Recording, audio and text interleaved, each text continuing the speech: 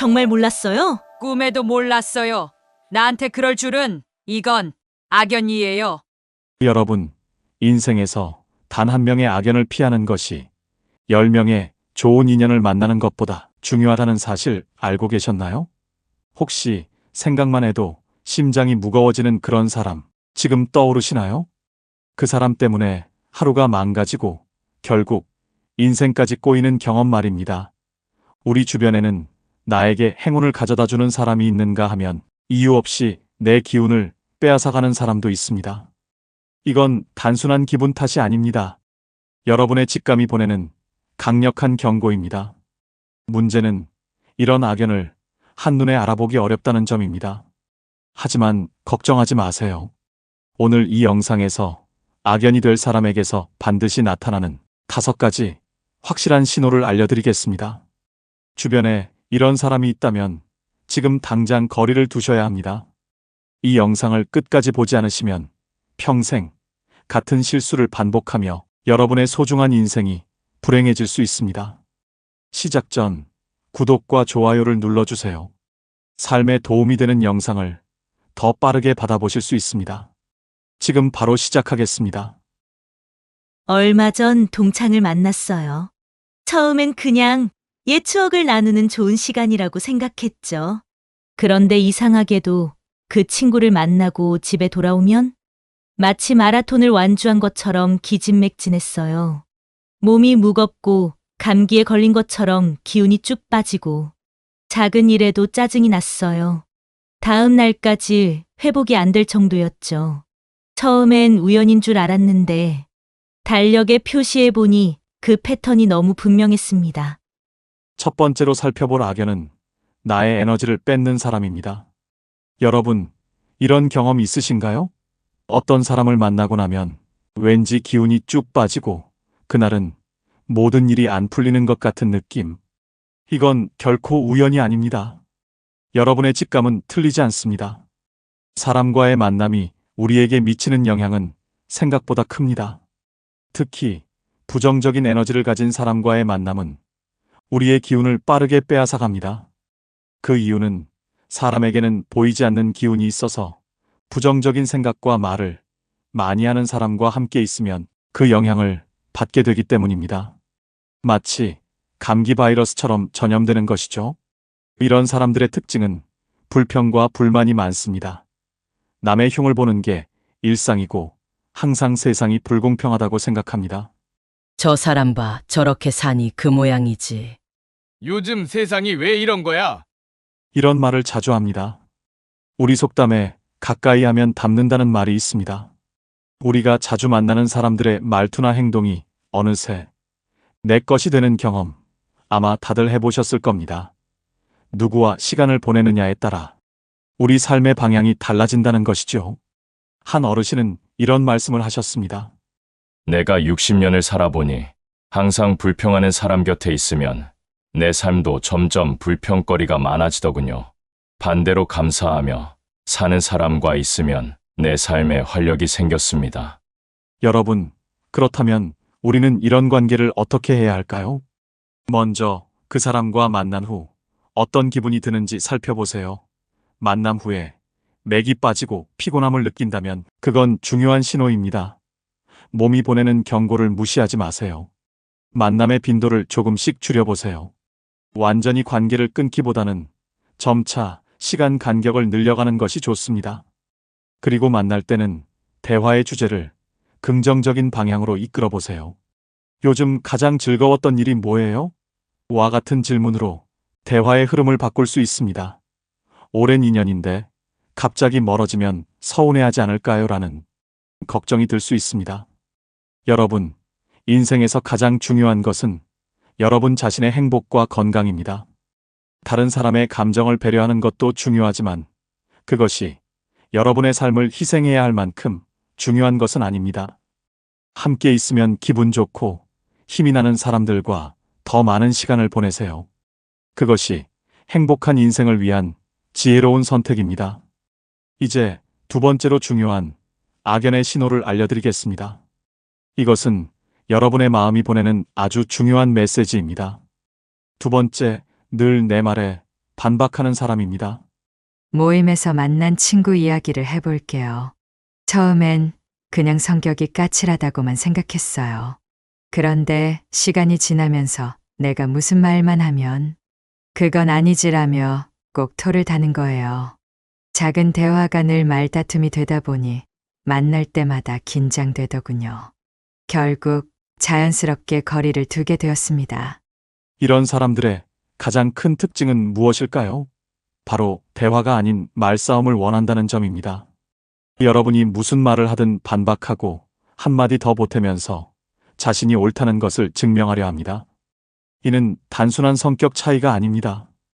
예를 들어 주말에 가족과 캠핑 갔다 왔는데 정말 좋았어 라고 말하면 그들은 캠핑은 불편해서 난 싫더라 라고 반응합니다.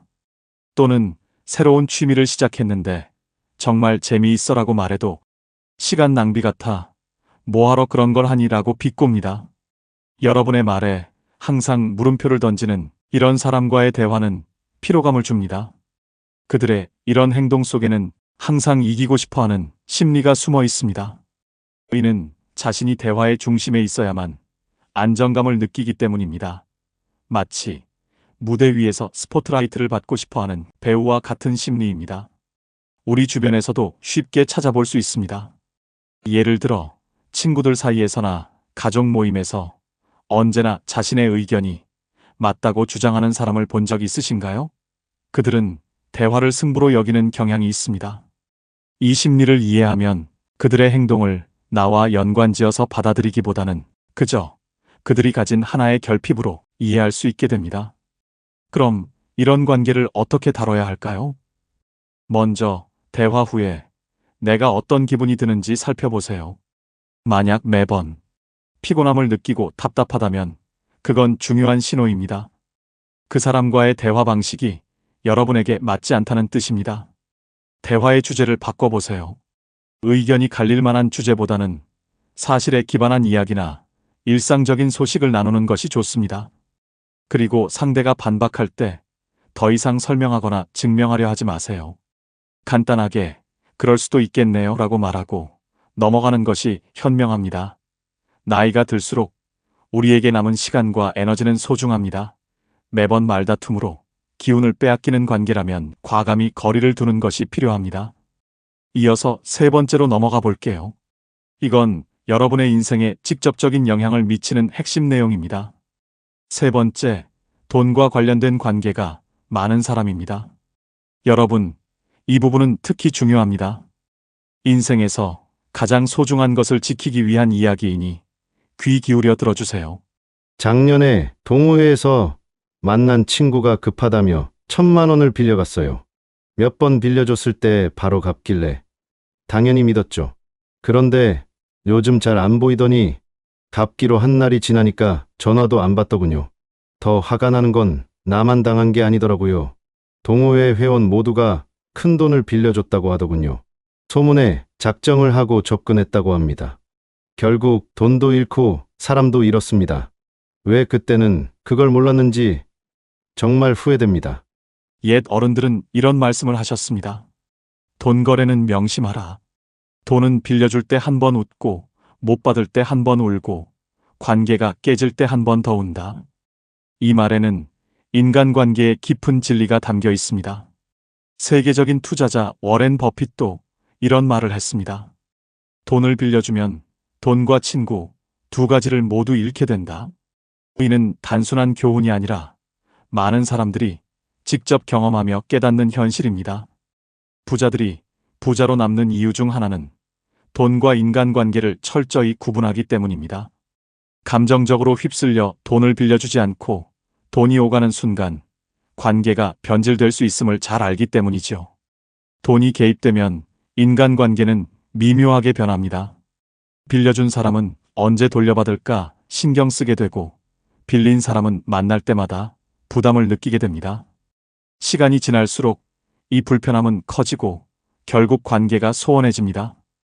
여러분, 특히 은퇴 후에는 더욱 신중해야 합니다. 평생 땀 흘려 모은 재산을 지키는 것은 단순한 돈의 문제가 아니라 앞으로의 안정된 삶과 직결됩니다.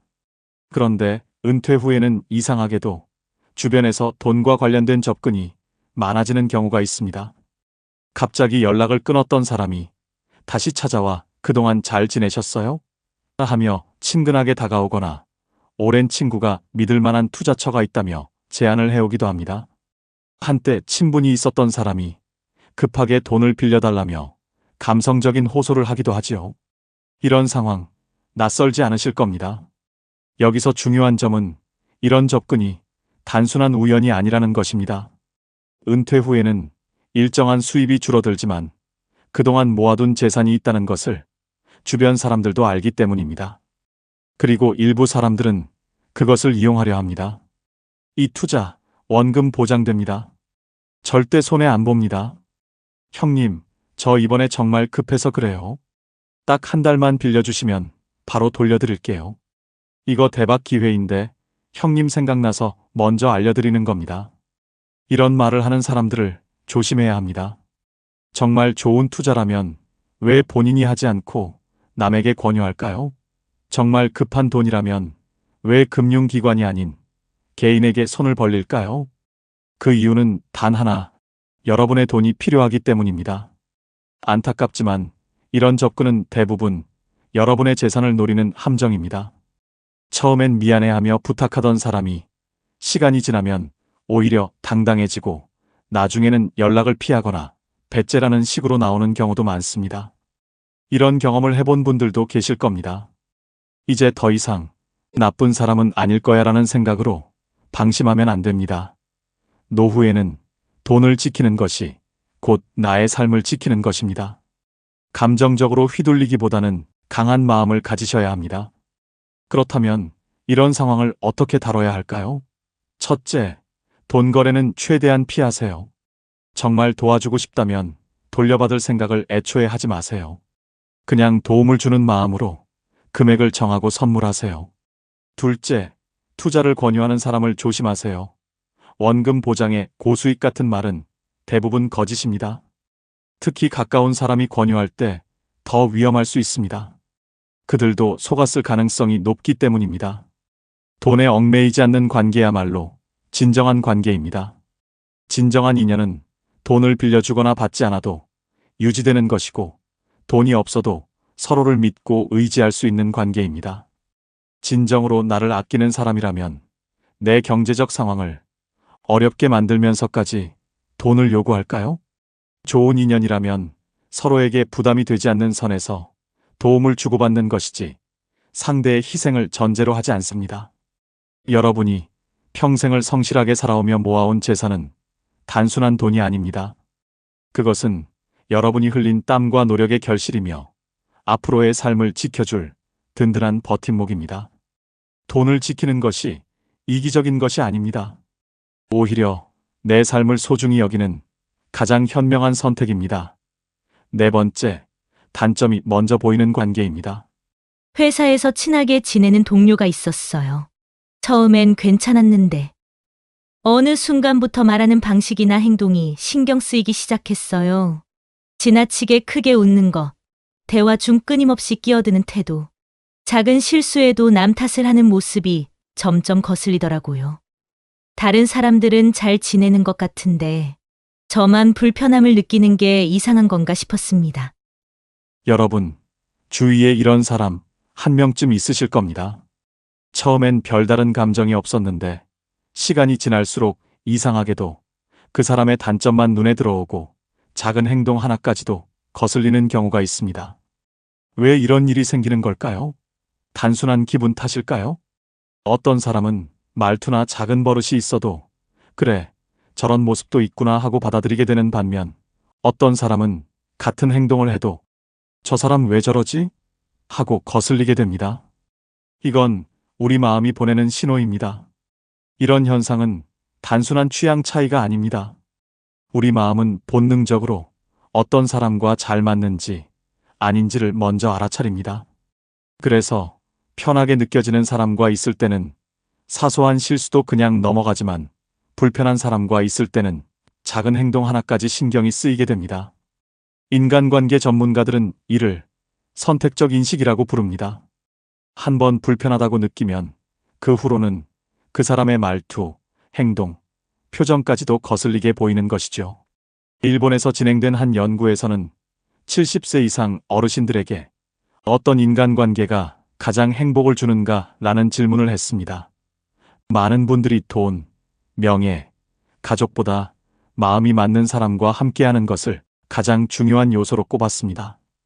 특히 흥미로운 점은 나이가 들수록 인간관계에서 궁합을 더 중요하게 여긴다는 것이었습니다.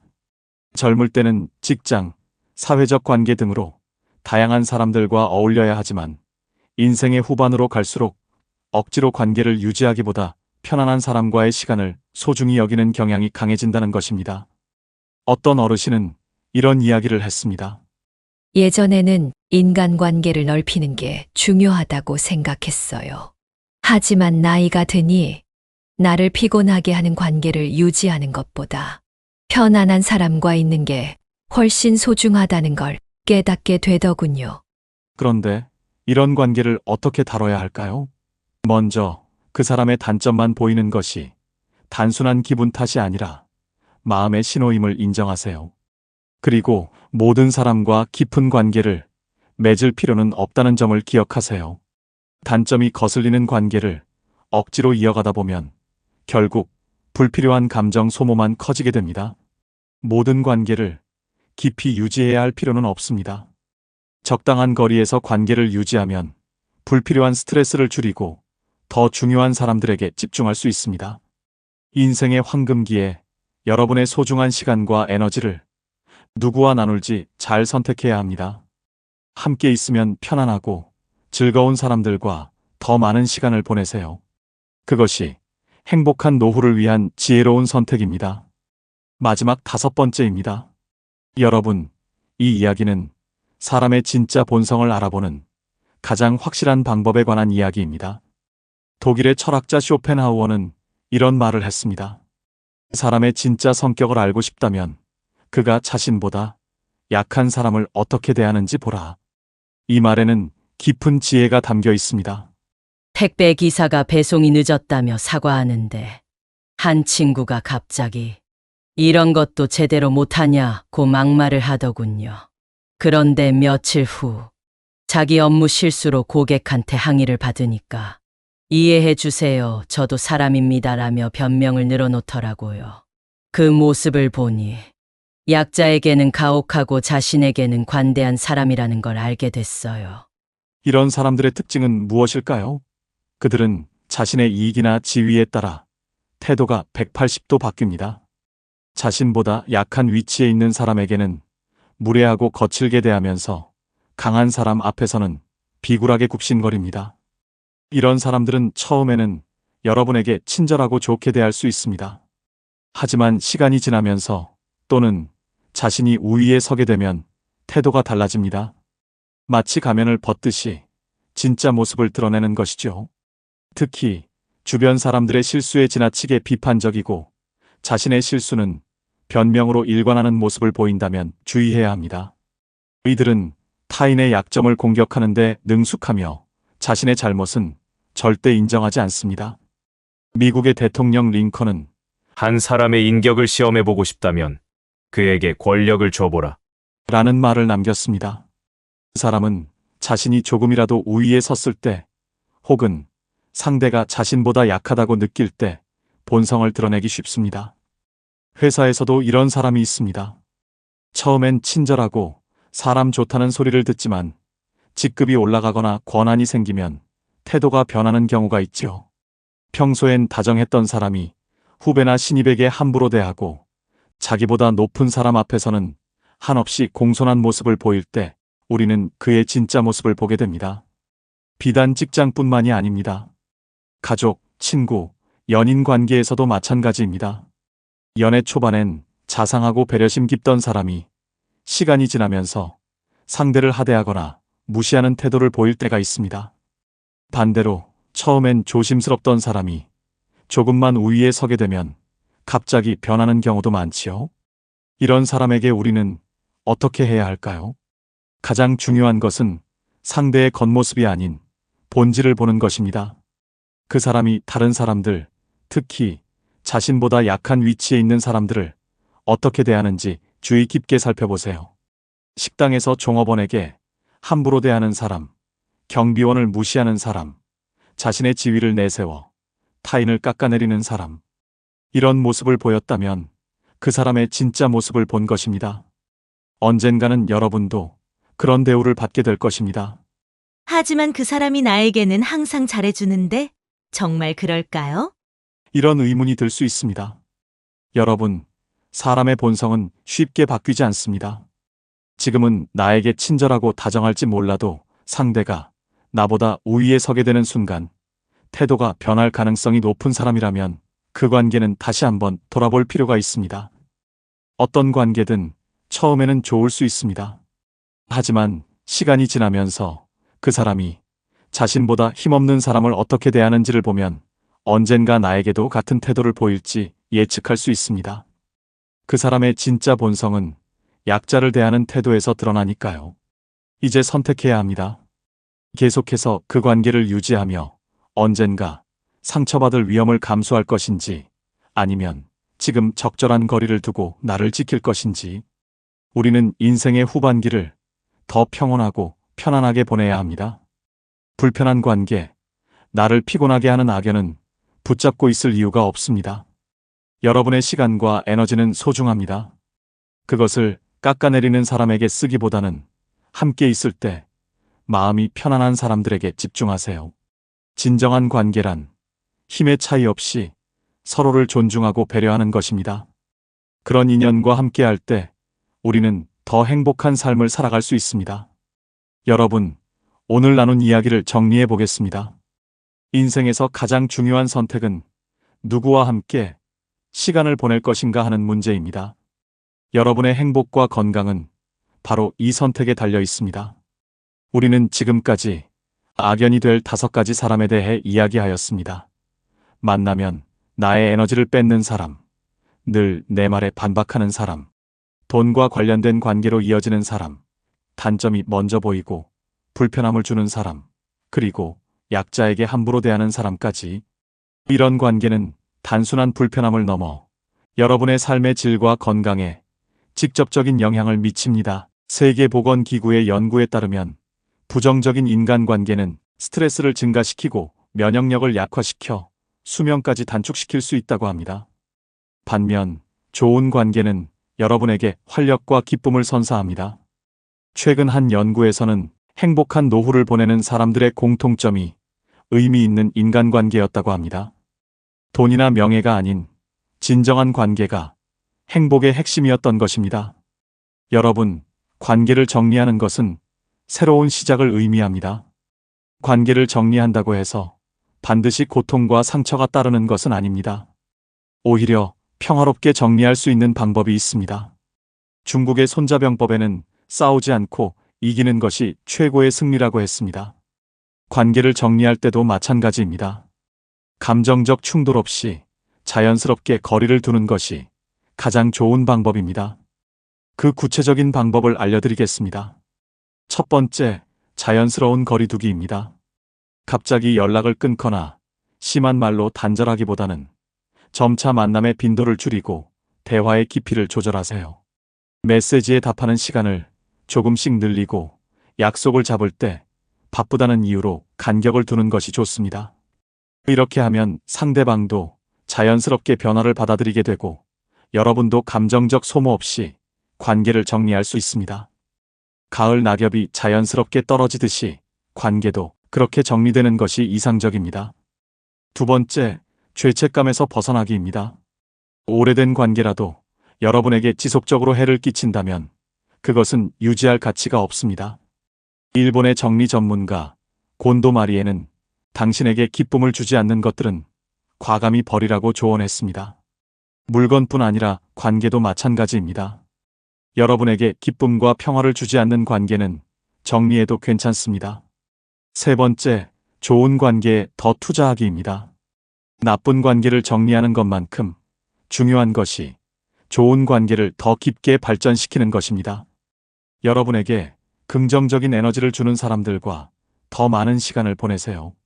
그들과의 관계에 더 많은 관심과 노력을 기울이세요. 공자는 인생에서 가장 큰 즐거움은 좋은 친구와 함께하는 것이라고 했습니다. 2000년이 지난 지금도 이 말은 변함없는 진리입니다. 여러분의 인생에 기쁨을 주는 사람들과 더 많은 시간을 보내세요. 우리는 살아가면서 수많은 사람을 만납니다. 어떤 인연은 삶을 따뜻하게 채워주고 어떤 관계는 예기치 않게 우리를 지치게 만들기도 합니다. 사람과 사람 사이의 관계는 단순한 만남이 아니라 우리가 살아가는 이유가 되기도 하고 때로는 삶의 무게가 되기도 합니다. 어떤 사람과 함께 하느냐에 따라 우리의 하루가 달라지고 결국 우리의 인생이 달라집니다. 오늘 우리는 우리 인생에 악영향을 미칠 수 있는 관계에 대해 이야기해 보았습니다. 하지만 이 영상의 핵심은 단순히 피해야 할 사람을 구별하는 것이 아닙니다. 더 중요한 것은 나를 위한 현명한 선택을 하는 것입니다. 누구를 가까이 하고 어떤 관계를 이어갈 것인지 지금 결정하는 것이야말로 건강한 삶을 위한 첫걸음입니다. 이 영상을 끝까지 시청한 여러분은 자신을 소중히 여기고 더 나은 삶을 고민하는 분들입니다. 관계를 돌아보고 앞으로의 방향을 고민하는 것은 쉬운 일이 아닙니다. 하지만 여러분은 이미 변화를 향해 한 걸음 내디디셨습니다. 지금까지 시청해주신 여러분은 더 나은 삶을 위해 고민하고 노력하는 분들이기에 분명 멋진 변화와 행복한 노후를 만들어 가실 거라 믿습니다. 여러분의 남은 인생이 지금까지보다 더 풍요롭고 의미 있는 시간이 되기를 진심으로 응원합니다. 더 많은 인생 지혜와 노후 지혜를 나누고 싶습니다. 여러분의 생각과 경험을 댓글로 나눠주세요. 구독, 좋아요, 그리고 알림 설정까지 잊지 마시고요. 현명한 사람들에서 다음에 더 좋은 이야기로 찾아뵙겠습니다. 귀한 시간을 내어 끝까지 함께 해주셔서 감사합니다.